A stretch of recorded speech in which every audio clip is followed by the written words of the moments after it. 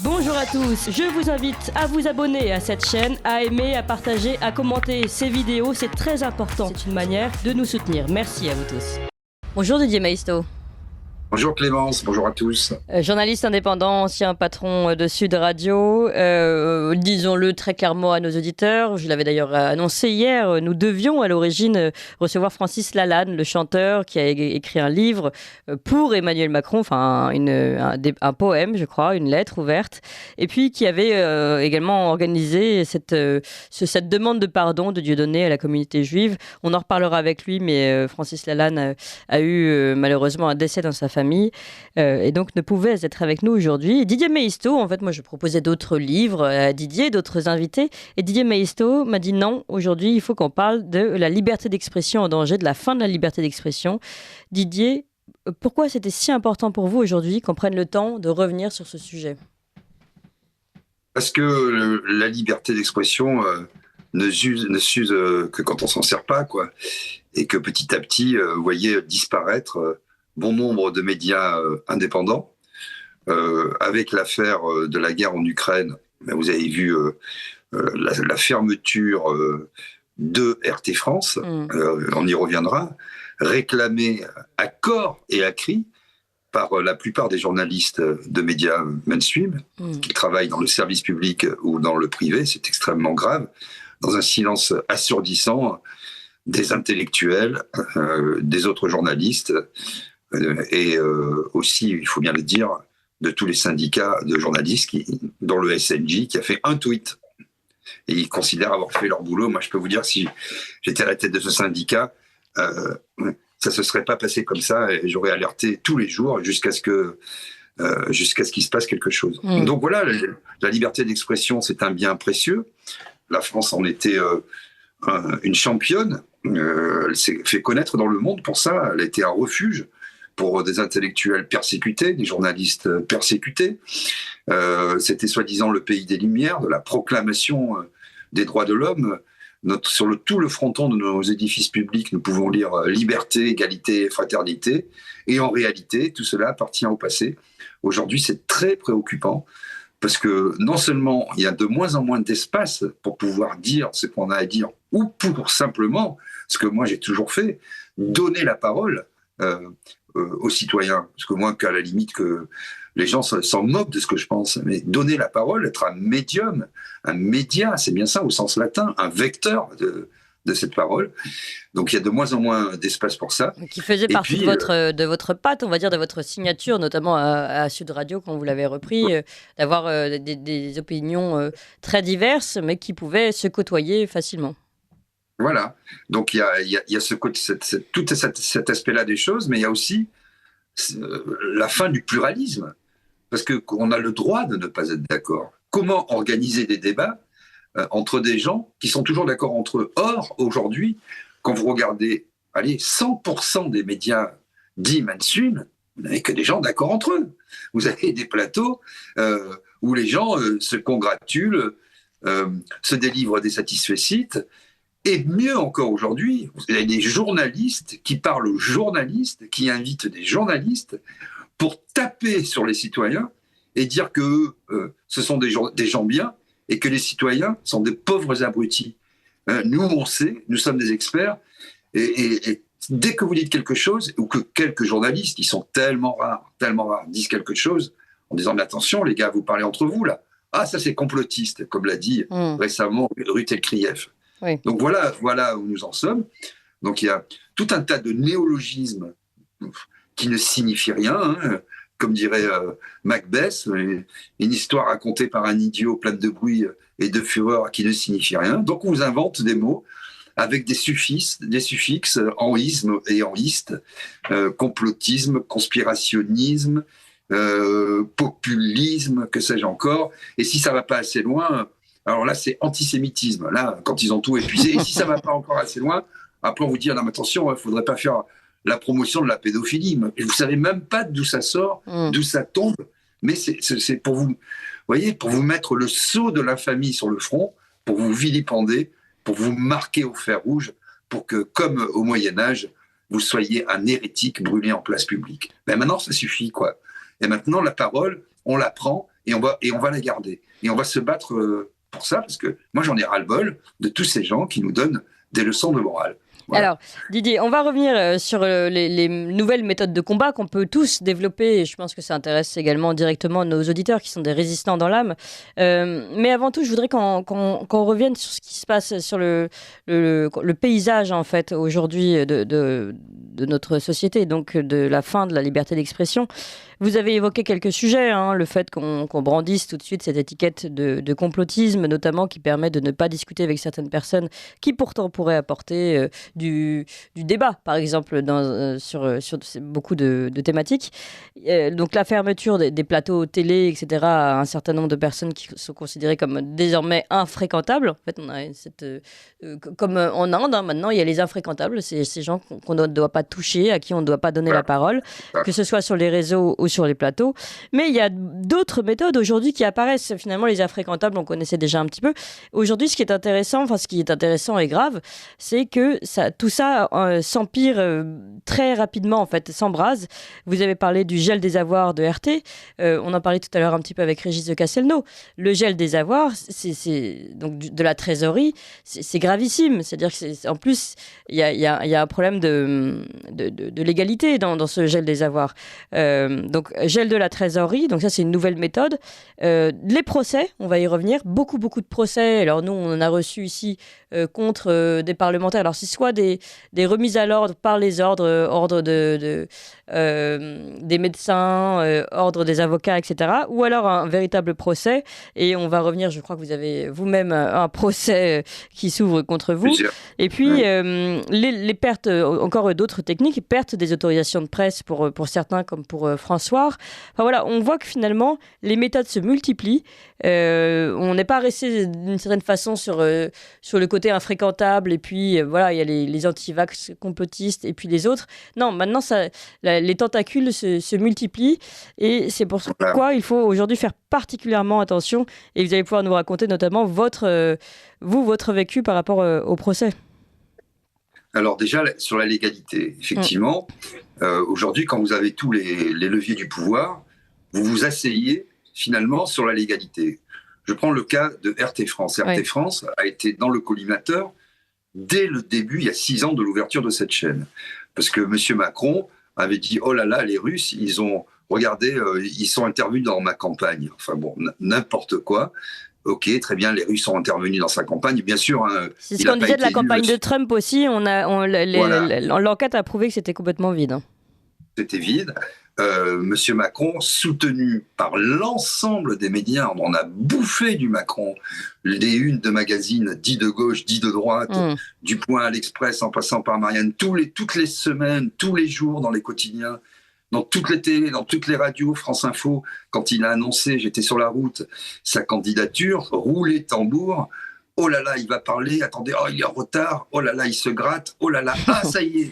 Et toute la journée, on a eu droit à une overdose. Et le couple Macron à la une de tous les médias people, alors, comme on dit. Ça, c'était le début. Ensuite, il y a eu évidemment l'affaire des Gilets jaunes, où 2 médias étaient particulièrement en honneur, vous l'avez cité, RT France et Sud Radio. Pourquoi ? Parce qu'ils étaient sur le terrain, parce que les journalistes de RT, comme moi-même pour Sud Radio, nous étions sur le terrain. Donc, qu'est-ce qu'on a fait ? On a tendu des micros, des caméras, et on a relaté le monde réel.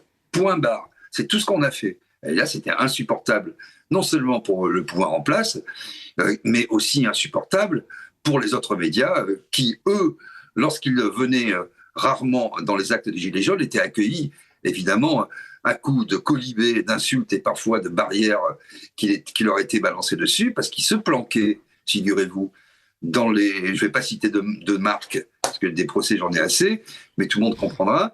Ils arrivaient le matin, ils allaient en haut d'un immeuble, sur le parcours, hein, ils posaient les caméras, ils vaquaient à leurs occupations toute la journée, les caméras tournaient, puis revenaient le soir, en fin de manif, vers 17h, pour filmer les Black Blocs, se fondre dans la masse et dire « Oh, regardez, les Gilets jaunes sont violents, ils s'attaquent aux forces de l'ordre. » Et ensuite, ça permettait à ces chaînes dites d'infos de tenir toute la journée du samedi avec des caméras fixes et toute la journée du dimanche et du lundi pour dire « Ah, vous avez vu, etc. Regardez ces gens factieux, séditieux, violents. » Voilà. troisième étape, la chaîne a été attaquée. C'est très important de dire tout ça pour comprendre comment ça fonctionne. Hein. Donc il y a eu des attaques diverses et variées. Et donc une enquête a été diligentée, comme c'est toujours le cas, par le CSA, devenu Arcom. C'est arrivé 2 fois. Et donc, dans ce cas de figure, vous avez un conseiller d'État qui est nommé, qui doit instruire l'affaire. Bon, l'affaire s'est soldée par 0. La chaîne n'a pas eu, comme Sud Radio d'ailleurs, et c'est pas pour faire de la gloriole, mais c'est suffisamment rare pour être souligné, n'a pas eu la moindre en demeure. Et a respecté tous les termes. Alors, on vous a un petit peu perdu, Didier Maisto. Donc, la chaîne, vous le disiez, RT n'a pas eu la moindre mise en demeure, tout comme Sud Radio, vous faisiez la comparaison. Et vous en étiez là. Voilà, vous m'entendez là ? Oui. Voilà. Et donc, la chaîne a donc été blanchie, si j'ose dire. Donc, elle respecte l'ensemble de ces termes, de sa convention avec le CSA. Pour autant, donc, quand il y a eu l'affaire en février dernier de la guerre en Ukraine, de l'invasion de l'Ukraine, à ce moment-là, Madame van der Leyen, qui n'est élue par personne, qui est présidente de la Commission européenne, qui ne représente personne, qui n'a aucun mandat pour cela, qui n'est pas juriste, en accord avec M. Macron, qui avait depuis le début cette chaîne dans le collimateur, d'interdire la diffusion de cette chaîne sur le territoire de l'Union européenne. Un fait sans précédent, sans aucune base légale. Hein, vous voyez bien. Que s'est-il passé ? On se dit, ok, donc alors attendez, Didier Maisto, on continue. Didier Maisto, je ne sais pas ce qui se passe, on vous entend mal, il y a des problèmes de connexion. On va vous reprendre, on va vous appeler par téléphone et vous garder en même temps l'image pour les personnes qui nous suivent sur les réseaux et notamment sur YouTube et sur d'autres plateformes. D'ailleurs, on pourra parler de ces plateformes maintenant, libres d'expression, qui ne censurent pas, elles. Donc on tente de vous joindre en ce moment, Didier Maisto. Chers auditeurs, voilà, ce sont les aléas du direct. Il y a des troubles assez étranges. J'ai jamais entendu une voix qui s'enchaîne, qui part à toute vitesse comme ça en direct. C'est assez amusant. En tout cas, voilà, vous l'avez compris, on parle notamment ici de l'atteinte à la liberté d'expression, de la chaîne RT, qui, comme le rappelait Didier Maisto, c'est vrai, c'est très important de le rappeler, finalement, est en ordre juridiquement. Rien n'a pu être retenu contre la chaîne RT. Et c'est donc par d'autres mesures, et notamment celle de la Commission européenne, que finalement les interdictions sont tombées. Et puis ensuite, on va le voir au niveau français par le gel de la trésorerie. Mais Didier Maisto, je crois qu'on vous récupère par téléphone cette fois-ci. J'espère que le son sera meilleur. Donc on revient sur RT. On a mis de côté donc le procès et le fait qu'on n'avait rien pu retenir contre RT. Et donc maintenant, on revient sur les ordres de Ursula von der Leyen. Oui, donc Ursula von der Leyen, qui n'est élue par personne, qui est présidente de la Commission européenne, rappelons-le, a décidé, en accord avec Emmanuel Macron, qui avait cette chaîne dans le collimateur, d'interdire la diffusion de cette chaîne dans l'Union européenne. Cette chaîne a pu continuer à travailler, puisque les gens n'étaient pas interdits de travailler. Et là, que se passe-t-il ? Je vous le donne en mille. Les journalistes, plutôt que de se lever comme un seul homme avec leurs syndicats, comme je l'ai dit, qui étaient aux abonnés absents, notamment. Alors, le SNJ, c'est toujours le premier syndicat des journalistes de France, mais c'est un syndicat, il faut surtout qu'il vous arrive rien, parce que là, sinon, il ne se passe rien. Les journalistes n'ont eu de cesse que de faire des éditos crasseux, dégueulasses, immondes. Les journalistes de France 5, comme Patrick Cohen, les journalistes de France Info, comme Céline Maïdarcourt, qui a une rubrique sur les médias, qui invite que ses copains, les journalistes de France Inter, du Monde, de Libé, tous les journalistes n'ont eu de cesse que de faire des articles, des éditos, pour réclamer la fin de cette chaîne, non pas simplement le fait qu'elle ne puisse plus émettre, mais ils s'étaient scandalisés que des journalistes puissent encore travailler alors que la chaîne était interdite de diffusion dans l'Union européenne. Ça porte un nom, ça s'appelle le fascisme. N'ayons pas peur des mots, on ne va pas tourner autour du pot, ça s'appelle le fascisme. Et ils ont eu et ils ont eu leur dû.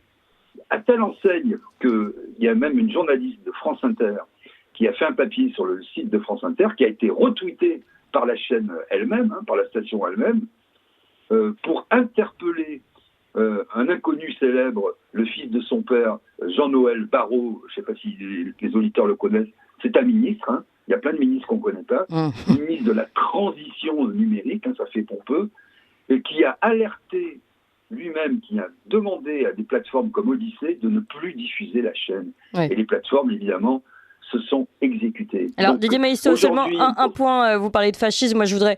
je trouve que justement, on tombe trop facilement dans les étiquettes en isme qui ne signifient plus grand-chose, en fait, ces grands mots valises.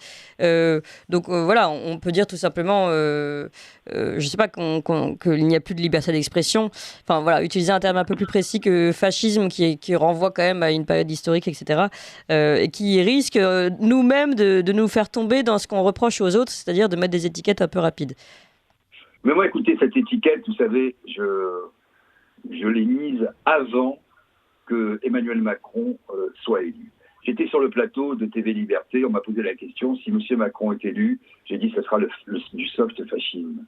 Parce que oui, il y a un fascisme soft. Il y a un fascisme qui ne dit pas son nom.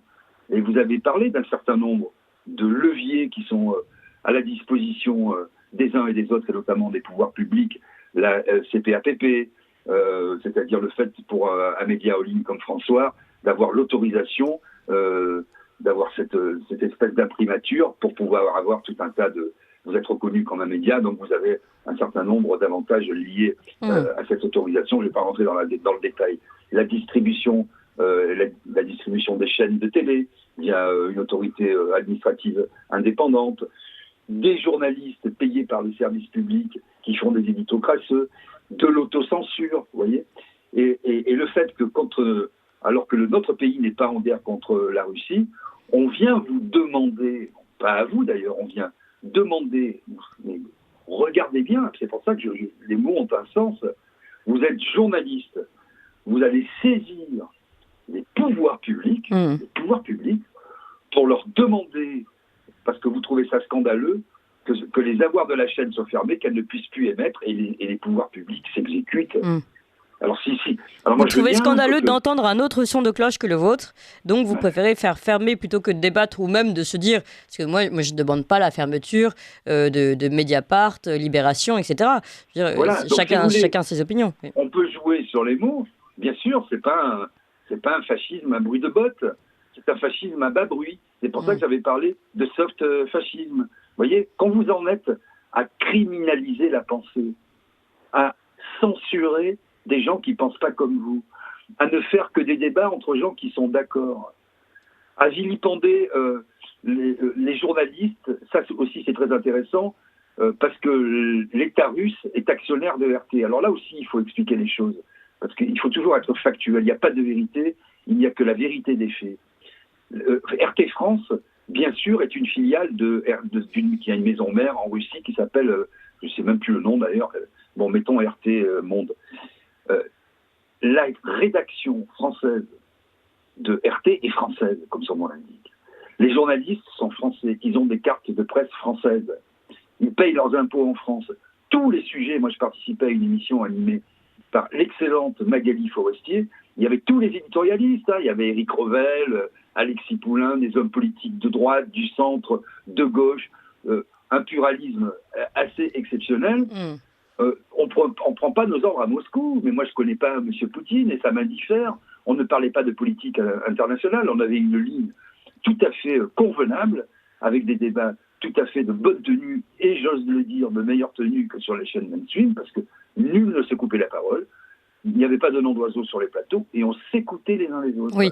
Et Didier, quand on faisait des micro-trottoirs sur la réforme des retraites, c'est bizarre, on trouve 75% des gens à peu près qui étaient contre la réforme des retraites, quand sur les autres chaînes, je ne sais pas comment ils font, ils trouvent 100% des gens qui sont pour. Vous voyez ? Sauf quand ils font les sondages sur les réseaux sociaux. Je me permets d'utiliser des mots, moi aussi, en isme. Parce que on peut, l'effet boomerang, ça existe aussi. Seulement une précision sur le fonctionnement de RT, puisque on est dedans, autant tout expliquer, je pense, à nos auditeurs. Vous dites, vous n'avez jamais reçu d'ordre. Évidemment que vous n'avez jamais reçu d'ordre. Ce qui est intéressant, c'est qu'il venait, ce média, donner la parole à des journalistes, et puis ces journalistes eux-mêmes tendre le micro à des personnes qui venaient parler, par exemple, de troubles français, de choses qui ne fonctionnaient pas en France, qui ont énormément relayé les gilets jaunes, vous l'avez dit tout à l'heure. Alors, évidemment, il y a un double intérêt. C'est-à-dire qu'en Russie, de parler des gilets jaunes, c'est une manœuvre indirecte, peut-être, pour déstabiliser, en tout cas montrer que le pouvoir en place a des failles. Mais en tout cas, chez nous, soyons concrets, chez nous, ça permet tout de même d'avoir des éléments sur des choses qui ne sont pas diffusées ailleurs, que ce soit les gilets jaunes ou que ce soit aujourd'hui les manifestations, que ce soit les tensions, que ce soit les artisans qui mettent la clé sous la porte, etc. C'est très intéressant, Clémence, effectivement. On peut pousser le raisonnement à l'absurde. Vous dites qu'il y a effectivement il y a deux niveaux finalement de lecture dans ce que vous dites. Il y a un niveau qui est national et puis il y a un niveau qui est international, avec l'intrusion de puissances étrangères, fût-elle par le biais des médias, pour pouvoir influencer l'opinion mondiale sur telle ou telle politique, tel ou tel pays. Ok. Alors allons au bout de la logique. Est-ce que I24 News, possession de M. Drahi, a le droit d'émettre quand il se passe quelque chose dans la bande de Gaza, dans les territoires occupés sur l'esplanade des mosquées? Est-ce que I24 News a le droit d'émettre? Est-ce que Al Jazeera a le droit d'émettre encore quand il se passe quelque chose dans le Sahel en termes de terrorisme, ou quand on parle du Qatargate? Est-ce que CNN, RFI, France 24 a le droit d'émettre lorsque la France envoie ses troupes sur le sol africain pour combattre le terrorisme?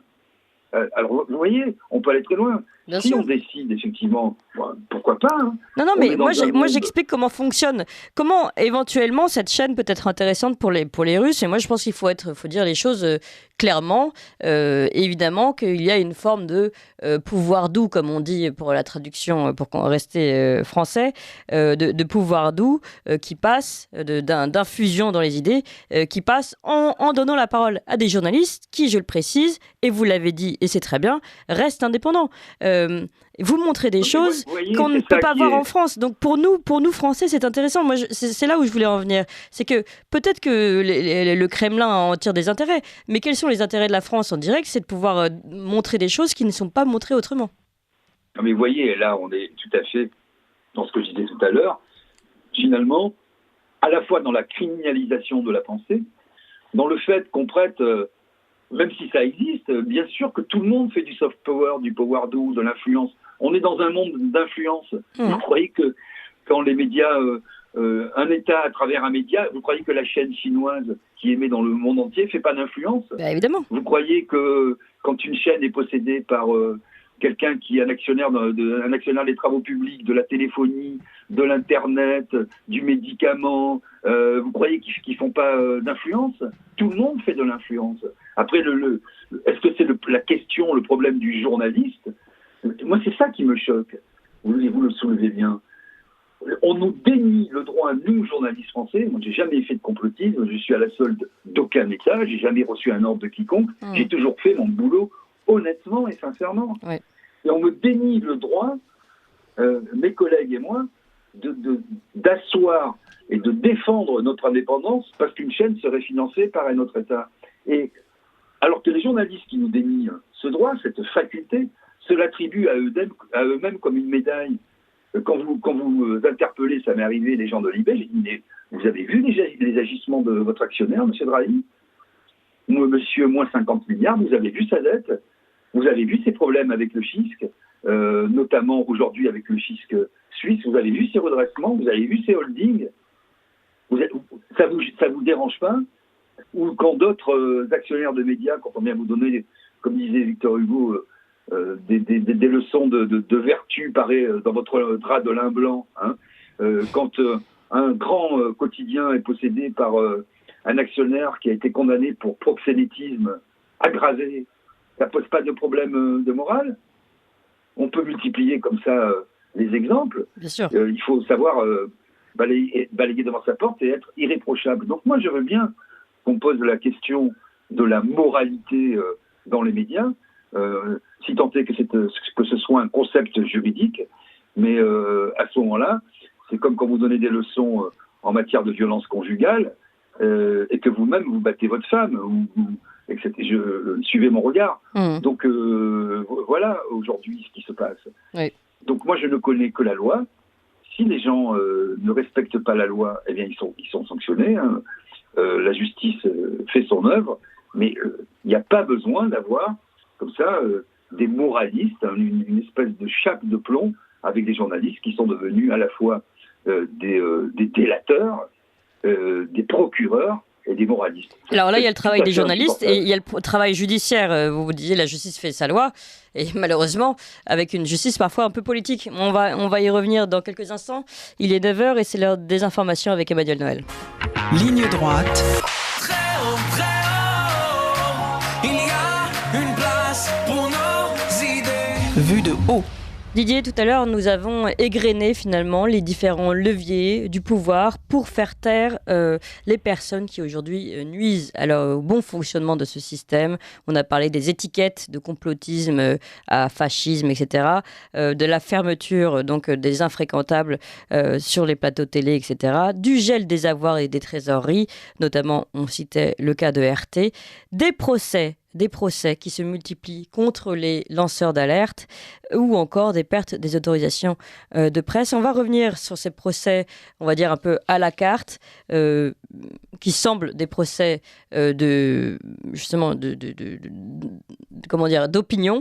Mais avant, on va revenir sur cette affaire, puisqu'on parlait d'abord des journalistes et de la complaisance des journalistes à aller dénoncer les autres qui ne pensent pas comme eux. Eh bien, je vous propose qu'on fasse un petit point sur l'affaire Routel Krief, puisqu'elle a récidivé du 27 au 28 janvier. Donc, Routel Krief, journaliste bien connu, éditorialiste sur LCI aujourd'hui, mais qui était sur BFM, si je ne me trompe pas, avant. Donc, qui était invitée dans Le Quotidien de Yann Barthès le 27 janvier. Elle donne son avis sur le fameux dîner secret qui a beaucoup fait parler à l'Élysée. Je vous propose d'écouter. Alors, moi je vais vous dire, cette polémique inutile et stupide me fait penser que parmi nos confrères journalistes, et j'en vise certains particulièrement, le populisme a gagné. C'est-à-dire que le populisme était politique, maintenant il est devenu journalistique. Et ces journalistes qui reprochent, je ne sais pas, il y a au moins 1 ou 2 journalistes qui ont reproché à mes confrères d'avoir déjeuné. Je n'y étais pas, hein, donc je suis très à l'aise. Il a une moustache ? Oui. Oui, c'est Edoui Plenel notamment, mais il y en a eu d'autres. Qui parle d'un journaliste de gouvernement. Bon, pour un journaliste de gouvernement, on ne peut pas dire que ça a été très efficace vu les sondages. Hein. Vous voyez ce que je veux dire ? Voilà. Donc, Routel Krief qui défend les éditorialistes qui étaient invités, donc les Échos, Cécile Cornudet, David Revaud-Dallon de JDD, qu'est-ce qu'on a Alba Ventura pour RTL, pour Benjamin Duhamel, donc le jeune Benjamin de BFM TV, et voilà, qui explique que le populisme est devenu journalistique. Ça, c'est le nouveau danger, le populisme journalistique. Je pense qu'on peut se mettre dans la case des populistes journalistiques, Didier Misto. Et alors, le lendemain, très intéressant, Routel Krief est dans une autre émission, l'émission Quelle époque sur France 2. Et là, elle nous dit que tout va très bien, Madame la Marquise, dans ce monde de la Macronie. Écoutez. Je vois effectivement une insécurité, mais peut-être justifiée dans certains cas, on va en parler, mais en même temps sans doute injustifiée parce que pas assez consciente, pas assez consciente d'un certain nombre de réalités. Pardon, mais vous avez l'impression que le chômage baisse. Attendez, ça fait des années, nous, on est la génération chômage. On est la génération, on a toujours connu ça. Aujourd'hui, heureusement, on a plein de jeunes autour de nous qui sont chassés, entre guillemets, parce qu'on va les chercher pour trouver du boulot. bien sûr. Donc ça, c'est fondamental. C'est fondamental. Le travail, c'est une place dans la société. Et aujourd'hui, il y en a. Donc regardons ce qui est positif. Oui, il y a une inquiétude, mais il y a aussi des moyens, enfin des moments. Vous avez l'impression qu'ils sont trop pessimistes, en fait, les Français, oui, qui ne se rendent pas compte. Qu'ils ne se comparent pas assez avec les autres pays, qui ne regardent pas assez à l'extérieur, qui ne voient peut-être pas assez quelles sont les raisons d'être plus optimistes et notre confort. On a une chance folle d'être en France aujourd'hui. On a une chance folle d'être en France aujourd'hui. Dit Ruth Elkrief, je le rappelle, tout le monde, je pense, a cette image en tête. On la voyait tenir fort du poing Emmanuel Macron. Je crois que c'était à l'occasion de son premier discours, ou je ne sais plus, ou pendant encore sa campagne, sa première campagne. Donc, qui, de toute façon, a une certaine connivence avec Emmanuel Macron. On entend également la voix de Léa Salamé. Et puis, alors, quand elle dit « Mais non, mais tout va bien !»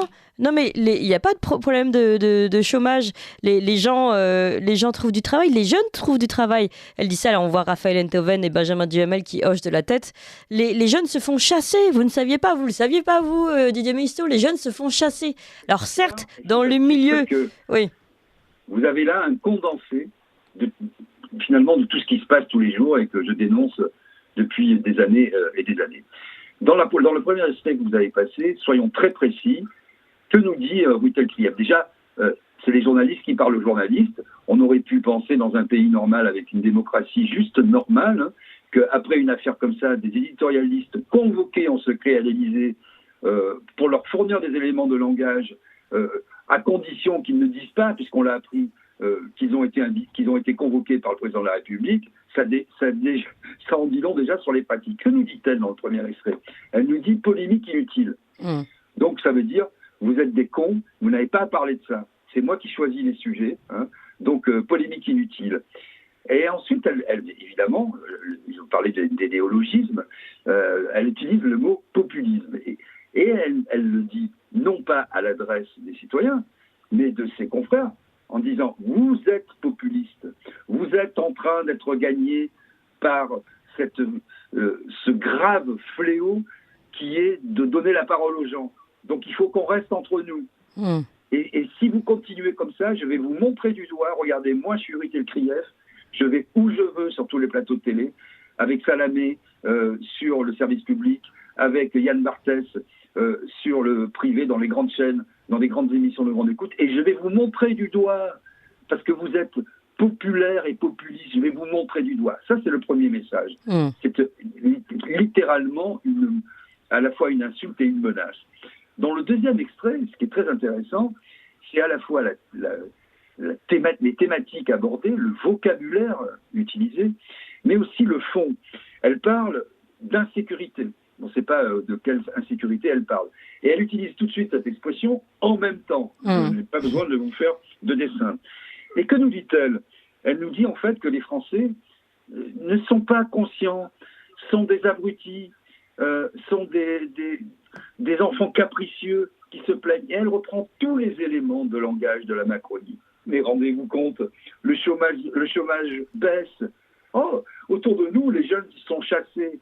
Mais les gens, je pense qu'il y a 98% de la population qui ne comprend même pas ce que ça signifie que les gens sont chassés. Ils vont penser qu'il y a des gens avec des fusils qui leur courent derrière. C'est un vocabulaire très spécifique de chasseurs de tête, de cabinets qui viennent vous recruter, vous chercher quand vous êtes notamment dans les médias ou dans la politique. Ça concerne combien ?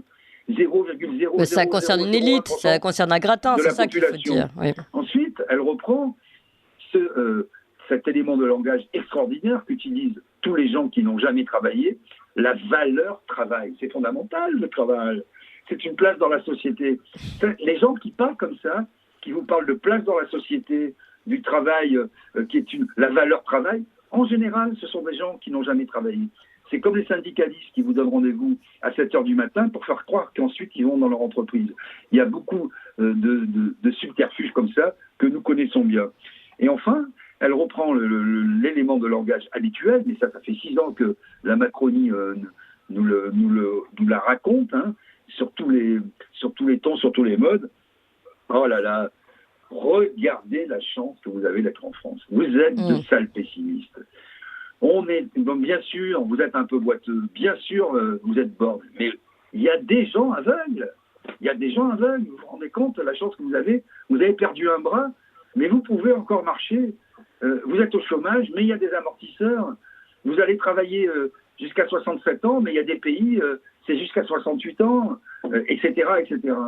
Donc, vous voyez, non seulement sur la forme, sur le fond, sur la méthode, sur le vocabulaire utilisé, qui est celui d'ailleurs des cabinets de conseil, de McKinsey, qui est mondial, puisque ces éléments de langage ont irradié, bien sûr, la sphère publique française, mais pas seulement française, la sphère publique américaine, largement européenne, australienne. On a retrouvé exactement, avec bien sûr le décalage horaire, les mêmes éléments de langage dans la bouche de tous les responsables politiques. Et vous avez mais c'est lunaire, mais je ne sais pas si les gens réalisent. Ces personnes qui sont sur les plateaux sont censées être journalistes. Journalistes, ça a coupé. Je ne sais pas si vous m'entendez. Oui, tout à fait. Oui, on vous entend. Alors, je continue sur le son. Ces gens sont, et vous voyez, ça c'est un complot. Alors, on veut me faire taire, non, je plaisante bien sûr. Donc, vous voyez, ces gens sont journalistes et finalement se transforment en communicants d'Emmanuel Macron, en censeur et en délateur et en procureur. Ouais. Mais il faudrait peut-être... Alors je sais qu'on nous dit maintenant, c'est complotiste, quand on cite la charte de Munich, j'invite tout le monde à la lire, c'est elle est très courte, on me dit « Ah non, mais c'est que les complotistes qui vous parlent de la charte de Munich. » Très bien, ok. Voilà où nous en sommes, pour savoir été clair. Alors Didier, oui, tout à fait. Je pense qu'on peut fermer ce volet sur on va dire le journalisme, entre guillemets. Abordons, puisqu'il nous reste peu de temps, l'histoire des procès. C'est-à-dire que là, on voit qu'il y a plusieurs leviers, que ce soit financier, d'autorisation, on l'a dit, les conseils de l'ordre, les gels des avoirs trésoriers ou encore dénigrement. Et il reste le volet judiciaire. Et là, vous êtes directement concerné, Didier Maisto. Ben oui, écoutez, moi, des procès, j'en ai beaucoup. J'en ai un par mois, vous l'avez dit vous-même. Les ordres professionnels, notamment. J'en ai un, je ne veux pas le citer pour ne pas envenimer les choses, puisque l'affaire est pendante, qui me demande 80 000 euros, non pas sur le fondement de la liberté d'expression, mais pour dénigrement d'une profession, parce que j'ai fait un tweet. Enfin, c'est ubuesque, mais ça coûte du temps, ça coûte de l'argent. J'en suis déjà à 6 000 euros de frais d'avocat. Au total, il y aura sans doute un appel, etc., il faut savoir qu'un procès comme ça vous coûte 10 000 euros chaque fois. J'en ai eu un encore... j'ai été appelé, j'ai vu les gendarmes débarquer chez moi vendredi. J'ai ouvert la porte, je vois les gendarmes, ils m'ont remis un papier, j'ai appelé, il faut appeler le maréchal des logis-chefs, j'ai appelé, qui me dit il y a une plainte contre vous pour votre dernier livre. Il a été publié il y a 3 ans, mon dernier livre. Au mois de mars, ça fera 3 ans. Donc la prescription, je le rappelle, c'est 3 mois. Alors peut-être que la justice est encombrée, je vais voir encore de quoi il retourne. Mais aujourd'hui, vous avez ce que j'appelle effectivement les puissants.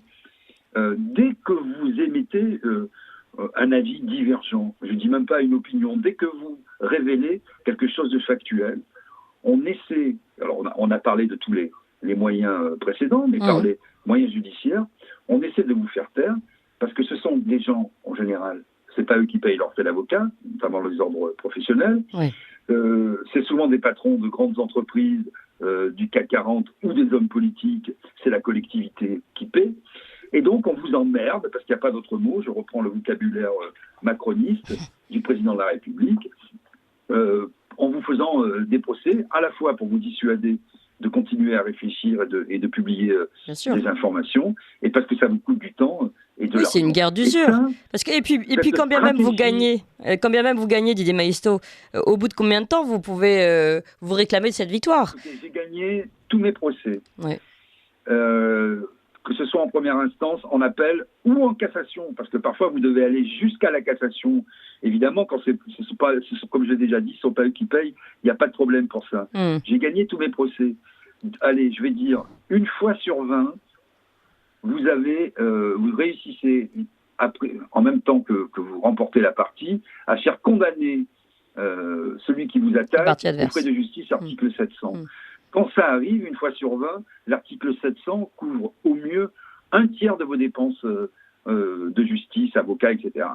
Donc vous voyez, c'est une stratégie à la fois d'étouffement financière, hein, une stratégie financière d'étouffement, une stratégie de dégoût aussi. Hein. Oh là là, j'en ai marre, ça vous donne du stress, et c'est une procédure bâillon. On veut sans arrêt, en multipliant les procès, vous dire mais moi je lâcherai pas, etc. Donc il faut vraiment s'accrocher. En général, vous faites pas ça pour vous, hein, quand vous dévoilez des affaires, quand vous mettez à la disposition du public un certain nombre de faits, c'est pas pour faire votre promo, vous parlez pas de vos beaux yeux. Donc vous vous battez pour le bien commun, pour que la vérité des faits, et j'insiste beaucoup parce qu'il n'y a pas de vérité, il y a juste la vérité factuelle, soit connue du public, et à ce moment-là, eh bien les puissants vous font les pires misères pour que vous vous arrêtiez, quoi, et que vous alliez regarder ailleurs. Et il y en a un qui l'a dit avec beaucoup de cynisme, mais aussi de réalisme, hein, c'est Monsieur Niel. Il a dit, Xavier Niel, quand ta mesdames m'emmerde, je l'achète, et comme ça je les fais taire. Vous voyez ? Et ça en dit long aussi sur le comportement servile des valets que sont devenus les journalistes aujourd'hui, quoi, voilà.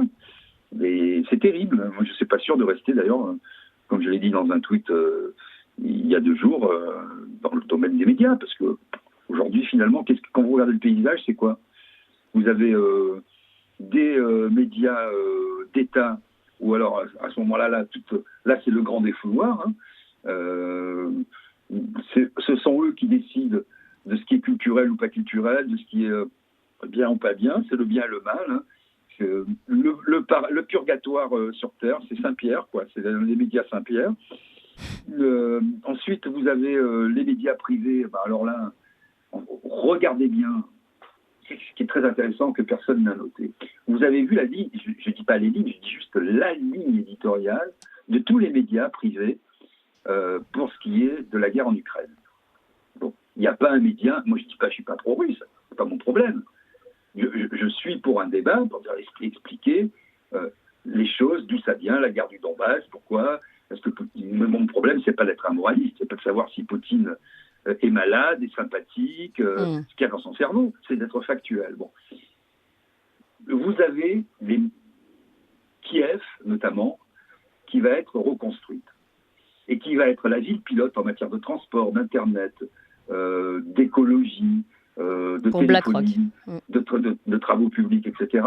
La plateforme mondiale pour être une ville pilote. C'est le souhait de Kiev et ça a été de l'Ukraine et ça a été exprimé comme ça. Vous avez tous les actionnaires français qui attendent le pied à l'étrier pour les travaux publics, pour la téléphonie, etc., pour les transports, pour le traitement des déchets. Et après, ce que vous voulez dire, c'est que ces actionnaires, ces oligarques... 24 sur 24, elle fait que des débats sur l'Ukraine et elle est pro-Ukraine. Oui, et en fait, derrière, il y a une signature de marché à la clé. Didier Méisto, merci beaucoup. Je pense que c'était fondamental de parler de la liberté d'expression aujourd'hui et de connaître un peu les rouages. Je pense que c'est plus clair aussi pour nos auditeurs. Merci pour tout. Et évidemment, ici, vous aurez toujours le micro ouvert. Vous appréciez cette émission ? Alors aidez Radio Courtoisie à en produire d'autres en indépendance totale. Rendez-vous sur soutenir.radiocourtoisie.fr. Merci d'avance.